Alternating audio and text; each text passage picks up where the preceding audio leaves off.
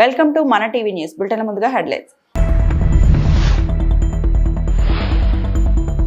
వందే మాతరం 150 ఏళ్లు స్టాంపు నాణేల విడుదలతో సంవత్సరాంత వేడుకలను ప్రారంభించిన ప్రధాని మోదీ.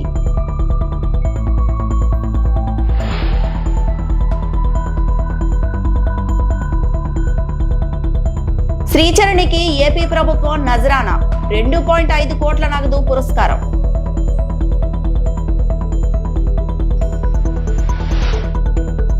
ఇంజనీరింగ్ అధికారుల పనితీరుపై అసంతృప్తి వ్యక్తం చేసిన AP deputy CM Pawan Kalyan.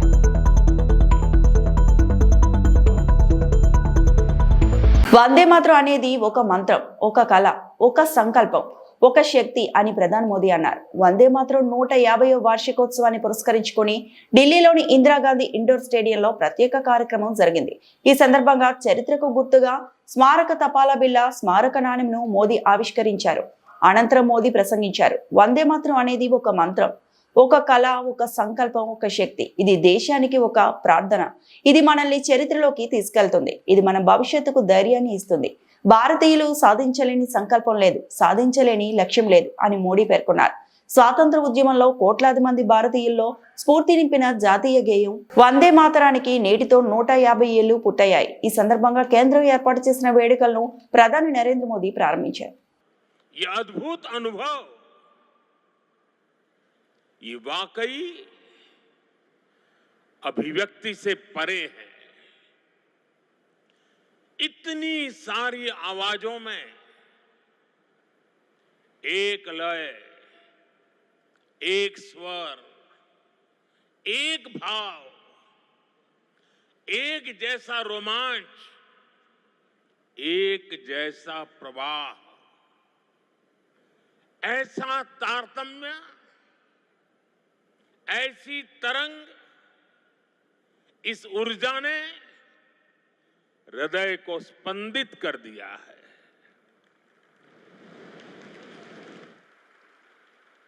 भावनाओं से भरे इसी माहौल में मैं अपनी बात को आगे बढ़ा रहा हूं। मंच पर उपस्थित कैबिनेट के मेरे सहयोगी गजेंद्र सिंह शेखावत, दिल्ली के उपराज्यपाल वीके सक्सेना, मुख्यमंत्री रेखा गुप्ता जी, अन्य सभी महानुभाव, भाई और बहनों, आज हमारे साथ देश के सभी कोने से लाखों लोग जुड़े हुए हैं। मैं उनको भी मेरी तरफ से वंदे मातरम से शुभकामनाएं देता हूं। आज 7 नवंबर का दिन बहुत ऐतिहासिक है। आज हम वंदे मातरम के 150वें वर्ष का महा उत्सव मना रहे हैं। ये पुण्य अवसर हमें नई प्रेरणा देगा, कोटि कोटि देशवासियों को नई ऊर्जा से भर देगा। इस दिन को इतिहास की तारीख में अंकित करने के लिए आज वंदे मातरम पर एक विशेष कॉइन और डाक टिकट भी जारी किए गए हैं। मैं देश के लक्षावधि महापुरुषों को, मां भारती के संतानों को वंदे मातरम इस मंत्र के लिए जीवन खपाने के लिए आज श्रद्धापूर्वक नमन करता हूं और देशवासियों को इस अवसर पर बहुत बहुत बधाई देता हूं। मैं सभी देशवासियों को वंदे मातरम के वंदे मातरम के 150 वर्ष पूरे होने पर बहुत बहुत शुभकामनाएं भी देता हूं। साथियों, हर गीत, हर काव्य का अपना एक मूल भाव होता है।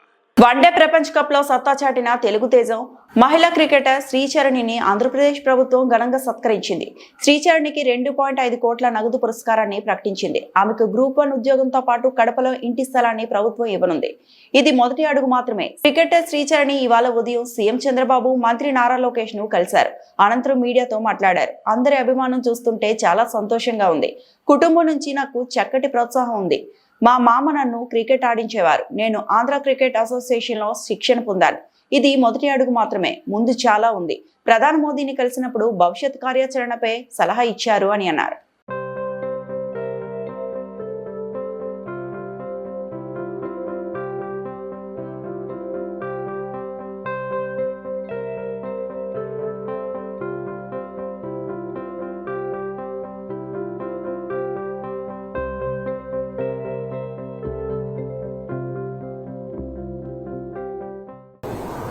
సార్ నాతో జస్ట్ ఒకటే చెప్పారు మ్యామ్, అంటే ఇప్పుడు ఇంత అంటే ఇప్పుడుతో ఆగద్దు, లైక్ ఇది జస్ట్ స్టార్టింగే, you need to be more, like అంటే నువ్వు ఇంకా చేయగలవు, so you can do more అనేసి చెప్పారు.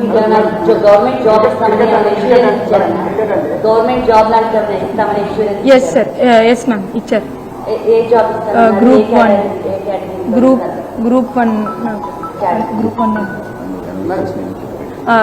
సార్ చెప్పారు గ్రూప్ 1 జాబ్ ఇస్తామనేసి, ఇంకా నాకు 2.5 crores డబ్బులు ఇస్తామనేసి, ఇంకా మాకు కడపలో ఒక ల్యాండ్ ఇస్తామనేసి ఇల్లు కట్టుకోవడానికి అన్ని చెప్పారు.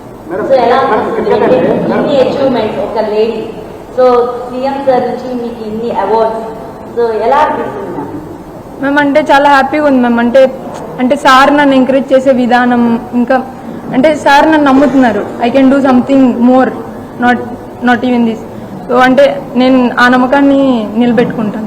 క్రికెట్ అంటే ఓన్లీ మెన్స్ అనే పరిస్థితి నుంచి ఓన్లీ క్రికెట్ ఆడద్దు అని ఆడపిల్లలు ఆపేసే తల్లిదండ్రులకి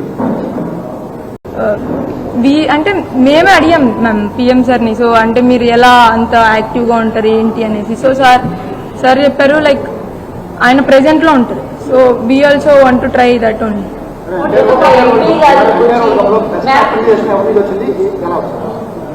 బెస్ట్ అప్రిషియేషన్ అంటే మేబీ అశ్విన్ సార్ దగ్గర నుంచి వచ్చింది. మీరు చూసే ఉంటారు వీడియో అశ్విన్ సార్ దగ్గర నుంచి. ఐ థింక్ ఎంపీ గారి దగ్గర నుంచి మిమ్మల్ని రిసీవ్ చేసుకుని సీఎం గారి దగ్గర తీసుకెళ్లారు. ఫస్ట్ నుండి ఇనిషియేట్ తీసుకున్నారు, మీ మీద మీరు ఎలా? Ma'am I think biggest support is Lokesh sir. I think ఎందుకంటే సార్ లేకపోతే మేబీ ముందు కూడా we had interaction with Lokesh sir. So అంటే సార్కి చాలా ఇష్టం స్పోర్ట్స్ అంటే మొత్తం. సో సార్ చాలా సపోర్ట్ చేస్తున్నారు. ఈ మొత్తం ఇందులో కూడా సార్ హ్యాండ్ కూడా ఉంది. సో అంటే హ్యాపీ సార్ అలా హెల్ప్ చేయడం మొత్తం.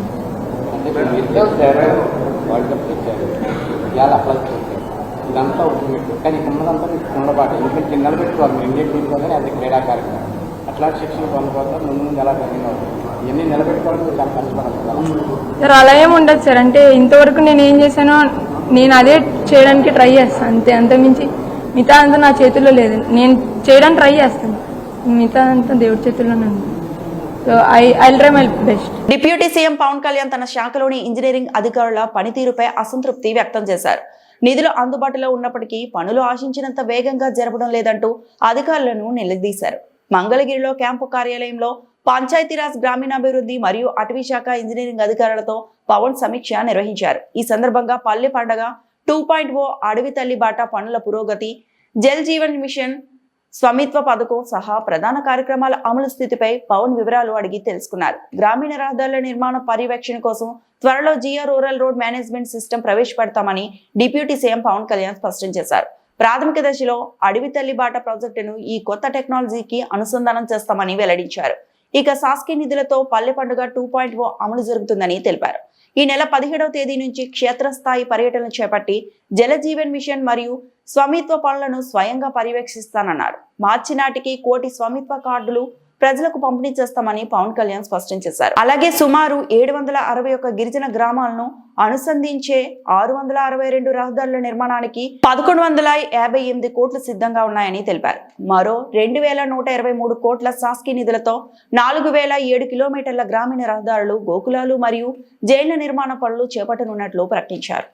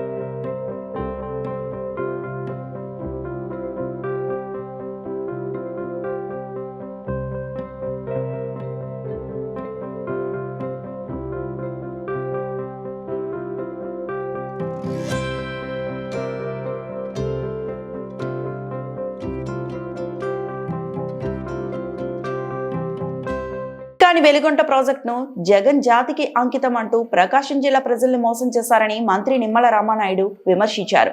ఇటీవల మొందా తుఫాను కారణంగా దెబ్బతిన్న వెలిగొండ పీడర్ కెనాల్ ను ఇరిగేషన్ నిపుణుల బృందంతో కలిసి ఆయన పరిశీలించారు. జంట సొరంగాలలో చొచ్చుకు వచ్చిన నీటిని తొలగించే పనులను వేగవంతం చేయాలని అధికారులను ఆదేశించారు. భవిష్యత్తులో వచ్చే వరదలను దృష్టిలో పెట్టుకొని పీడర్ కెనాల్, సీసీ వాల్ లైనింగ్ నిర్మాణం, డీజిల్ అప్రూవల్ చేయాలన్నారు. ప్రాజెక్ట్ పెండింగ్ పనులపై అధికారులు, ఏజెన్సీల ప్రతినిధులతో సమీక్ష సమావేశం నిర్వహించారు.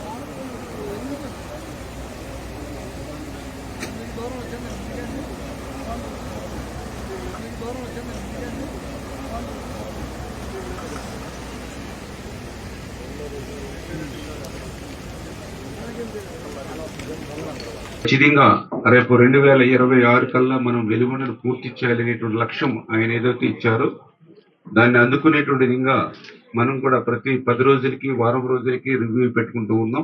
రిపేరక్షన్ చేసుకుని వెళ్దాం. కొంత ఏరియా మనకి షేర్ జోన్ వచ్చింది సార్, అది పార్టీ జోన్. సో ఆ పార్టీ జోన్ లో రిపేరక్షన్ చేసుకుంటూ వెళ్దాం. తర్వాత మళ్ళీ 10 hours మనకి వెయిట్ చేయాలి సార్, అంటే షిఫ్ట్ చేయాలి కదా సార్. చెప్పలేనా అప్పుడు నీకు 40 days క్లోజ్ చేస్తామని చెప్పడం జరుగుతుంది. అదేవిధంగా టన్నెల్ 2 కి సంబంధించి కూడా బెంచింగ్ గానీ, అదేవిధంగా లైనింగ్ ఏదైతే ఉందో అవి కూడా మనకి జూన్ వరకు టైం ఇవ్వడం జరిగింది. దాన్ని కూడా అనంతపురంలో ఓ ఆటో డ్రైవర్ తన నిజాయితీని చాటుకున్నారు. ప్రయాణికుల ఆటోలో మర్చిపోయిన 12 తులాల బంగారు ఆభరణాలను తిరిగి వారికి అందజేశారు. వివరాల్లోకి వెళ్తే నంద్యాల జిల్లాకు చెందిన లక్ష్మీబాయి, సూర్యనారాయణ, ఉమేష్ గురువారం ఉదయం 11 గంటలకు అనంతపురంలో చంద్రశేఖర్ అనే వ్యక్తి ఆటో ఎక్కారు. ఆటో దిగే క్రమంలో తమ సూట్ కేసును ఆటోలోనే వారు మర్చిపోయారు. ఆటో డ్రైవర్ తర్వాత సూట్ కేసును గమనించి యజమానుల కోసం గాలించారు. ఫలితం లేక పోలీసులకు వివరాలు చెప్పి ఆ సూట్ కేసును అప్పగించారు. డీఎస్పీ శ్రీనివాసరావు సమక్షంలో బంగారు నగలు సహా ఆ సూట్ కేసును తిరిగి యజమానులకు అందించారు. నిజాయితీగా వ్యవహరించిన ఆటో డ్రైవర్ చంద్రశేఖర్ ను ఈ సందర్భంగా అభినందించి సత్కరించారు. 10,000 నగదును బహుమతిగా అందించారు.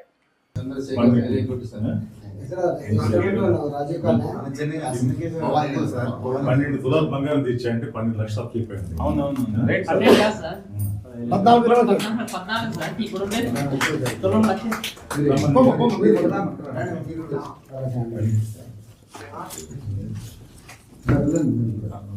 సార్ నమస్తే.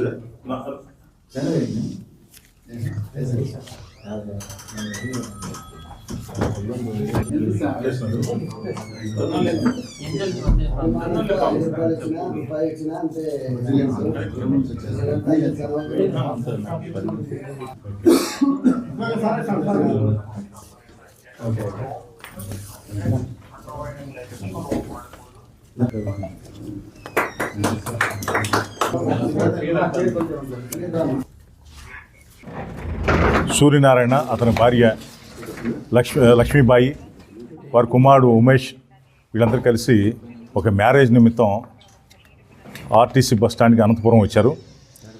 తాడిపత్రి బస్ స్టాండ్కి వచ్చారు.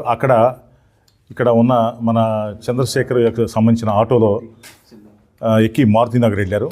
మారుతినగర్ వెళ్ళిన తర్వాత అక్కడ మ్యారేజ్కి అటెండ్ అయ్యి చూస్తున్నారు. ఈ లోపల ఈయన ఆటోలో డ్రాప్ చేసిన తిరిగి వచ్చే క్రమంలో వాళ్ళు ఒక బ్యాగ్ మర్చిపోయారని చెప్పి గుర్తించి ఆ బ్యాగ్ని తీసుకొచ్చి జాగ్రత్తగా భద్రంగా పోలీస్ స్టేషన్ తీసుకొచ్చి, సార్ నాకు ఇట్లా నా ఆటోలో ట్రావెల్ చేసిన పాసెంజర్స్ ఈ బ్యాగ్ని మర్చిపోయారంటే దాని మీద అక్కడ పోలీస్ సమక్షంలో వాళ్ళ ఓపెన్ చేస్తే దానిలో గోల్డ్ ఒక నగ ఉంది, అలానే బ్యాంగిల్స్ కూడా ఉన్నాయి.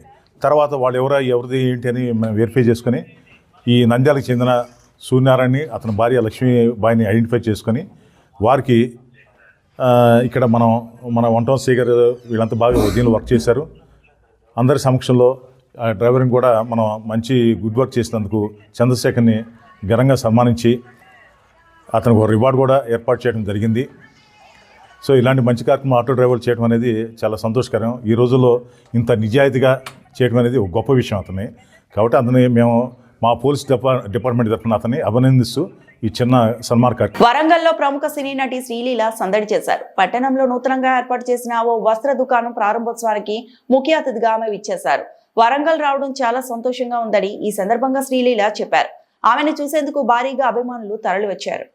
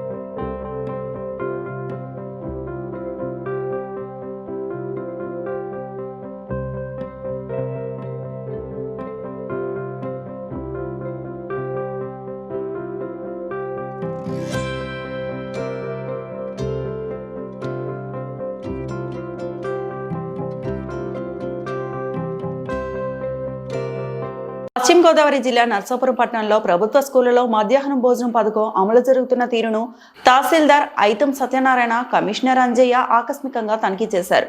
వండిన పదార్థాలను రుచి చూసి ప్రతిరోజు విద్యార్థులకు వడ్డిస్తున్న ఆహార పదార్థాల వివరాలను అడిగి తెలుసుకున్నారు.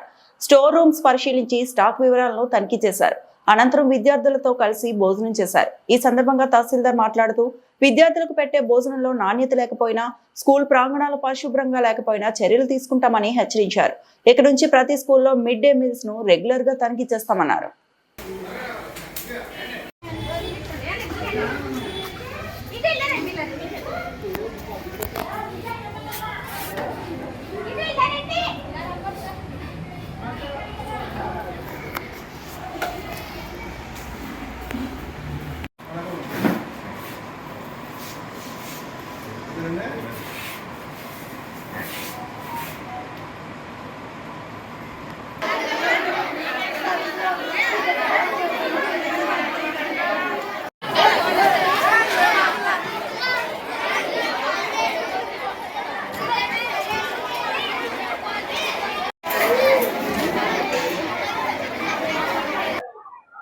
తహసీల్దార్ నరసాపురం.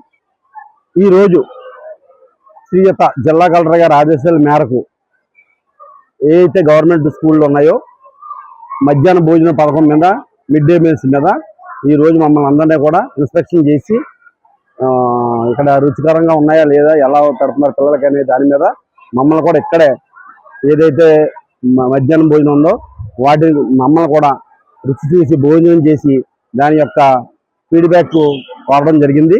దాని మీద రిపోర్టు అయితే ఈరోజు 2-3 స్కూళ్ళు తనిఖీ చేయడం జరిగింది నరసాపురం టౌన్లో. అందులో భాగంగా SNS municipal high school Narasapuram టౌన్లో రాయపేట స్కూల్లో భోజనం సమయానికి ఇక్కడ దగ్గరుండి విద్యార్థులందరికీ ఎలా వడ్డిస్తున్నారో, ఎలా వండుతున్నారో, శుభ్రత పాటిస్తున్నారా, నాణ్యత పాటిస్తున్నారా, ఇవన్నీ కూడా పోషకాలు ఉన్నటువంటి ఫుడ్ పెడుతున్నారా, కోడిగుడ్డు వేస్తున్నారా, ఇవన్నీ కూడా చేయడం జరిగింది. ఈరోజు బిర్యానీ చేశారండి, బంగాళదుంప గ్రేవీతో కుర్మా చేశారు. అన్ని శుభ్రత బాగా పాటిస్తున్నారు. మంచినీరు కూడా ఆర్ఓ వాటర్ ఇస్తున్నారు. శుభ్రంగా ఇదంతా కూడా బాగానే ఉంది. ఇక్కడ అంతా కూడా హెడ్ మాస్టర్ గారు పర్యవేక్షణలో బాగా చేస్తున్నారు. అలాగే స్టాక్ పాయింట్ కూడా వెరిఫై చేయడం అయింది. రైసు, అలాగే గోధుమ పిండి, రాగి పిండి, బెల్లం, జావ, చిక్కీలు అన్ని పోషకాలన్నీ కూడా పిల్లలకి షెడ్యూల్ ప్రకారం ఏ రోజు ఏమి ఇవ్వాలో అవి ఇస్తున్నారు. ఏ రోజు ఏం వండాలో అవి వండి పెడుతున్నారు. ఇక్కడంతా కూడా రూల్ ప్రకారం అంతా గవర్నమెంట్ రూల్స్ ఏవైతే ఉన్నాయో దాని ప్రకారం, ఆ నార్మ్స్ ప్రకారం అంతా సక్రమంగా జరుగుతుందని తెలియజేస్తున్నాం. పశ్చిమ గోదావరి జిల్లా నర్సాపురం మండలం సీతారాంపురం గ్రామంలో స్వర్ణాంధ్ర ఇంజనీరింగ్ కళాశాలలో వందే మాతరం గీతం 150 సంవత్సరాలు పూర్తి చేసుకున్న సందర్భంగా కేంద్ర ప్రభుత్వం ఆదేశాల మేరకు కళాశాలలోని ఎన్ఎస్ఎస్, ఎన్సీసీ విద్యార్థులు ఏర్పాటు చేసిన ఈ కార్యక్రమంలో మేనేజ్మెంట్ కళాశాల ప్రిన్సిపల్ హెచ్వైడి పాల్గొని ఘనంగా నిర్వహించారు. ఈ సందర్భంగా కళాశాల డైరెక్టర్ శ్రీహరి మాట్లాడుతూ భారతదేశానికి వందే మాతరం గీతం రచించిన మహనీయులకు ప్రత్యేక అభినందనలు తెలిపారు. వందే మాతరం గీతం ఏర్పడి 150 సంవత్సరాలు పూర్తి చేసుకున్న సందర్భంగా కేంద్ర ప్రభుత్వం మంచి నిర్ణయం తీసుకొని ఈ కార్యక్రమం చేయడం చాలా అభినందనీయమన్నారు. ఈ కార్యక్రమంలో విద్యార్థులు దేశభక్తి గుర్తుండే విధంగా ఈ కార్యక్రమం ఉంటుందన్నారు. ఈ కార్యక్రమంలో విద్యార్థులు పెద్ద సంఖ్యలో పాల్గొన్నారు.